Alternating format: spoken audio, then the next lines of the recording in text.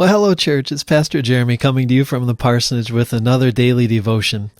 Today, David Lindsey is going to share with us a little bit about how he is making it through this difficult time. And he's also going to share with us a song and some bonus content. Sit back. I think you're going to enjoy this one.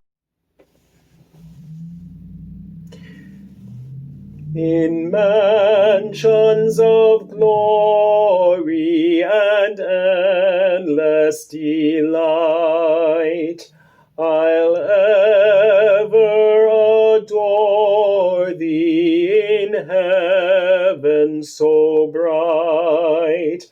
I'll sing with the glittering crown on my brow.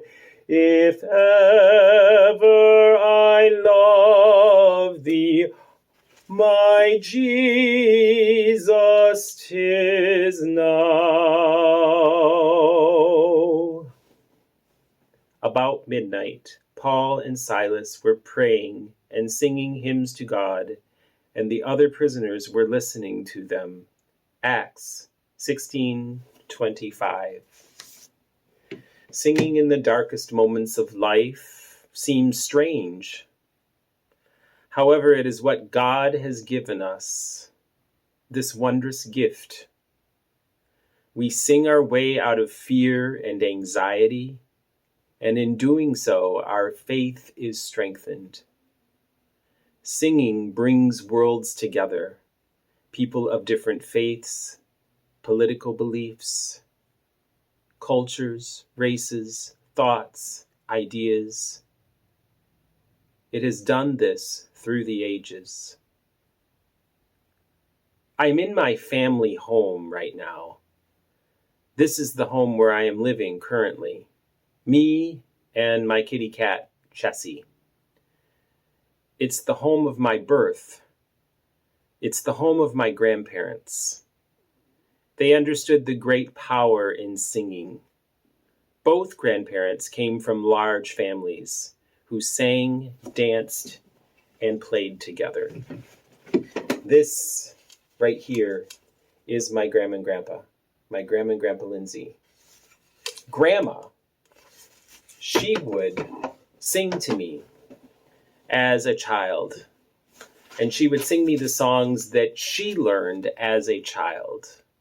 And as I listened to my grandma singing these songs to me, I look at it now and recognize that her voice was far from perfect. But to me, sitting on her lap, it was the most beautiful voice I have ever heard. It was a voice filled with love and life. It is that love that sparks my courage as we return in 2020 to our homes with our families, just like they did back in the day, hanging out, spending time together. Even in this time of pandemic, God presents us with the gift of life and the gift of love. So what shall I do? I will pray with my spirit, but I will also pray with my understanding. I will sing with my spirit, but I will also sing with my understanding. 1 Corinthians 14:15. When we sing to the Lord, it is more than a beat or rhythm that makes it real. The words we sing must resonate with our understanding of who God is and what He means in our lives. Singing with understanding gives us the connection in our minds and hearts with the beauty of knowing God. The video that you are about to see is a video that was made by my friend, Dr. Matthew Thompson, the director of the Carolyn Mobby Chorale. And if you pay real close attention, you may see a few familiar faces in this video. Enjoy. It's mainly, I think it's that you're participating in a text, which has an idea. and you're all trying to convey that same idea at the same time with that text. And I think that adds an intimacy to the group that you don't get in an instrumental group as much. And the instrument is so personal, obviously. It's your own voice. It's nothing between you and the music. You are. And music is so different from any of the other arts in that, with visual arts, you go to a museum, you look at it, and you can partake of it anytime you want to. You just go.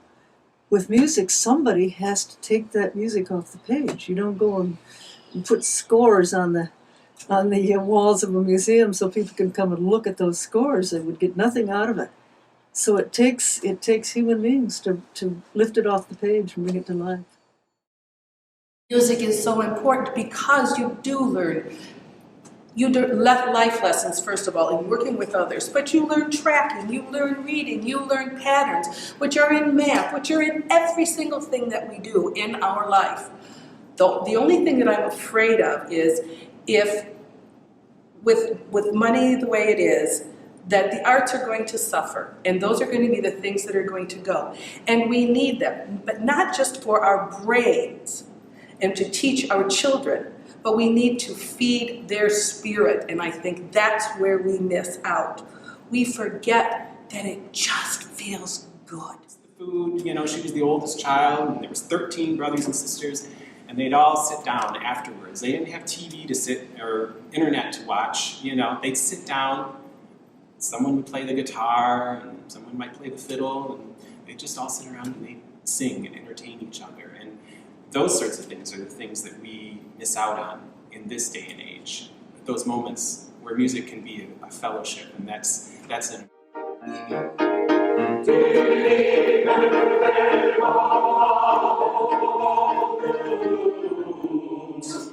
No, not blues. I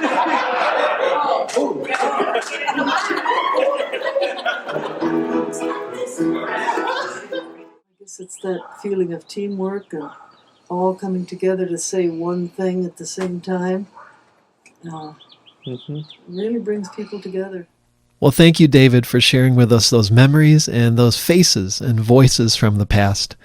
If David said something that encouraged you or gave you some sort of comfort, please let him know in the comments.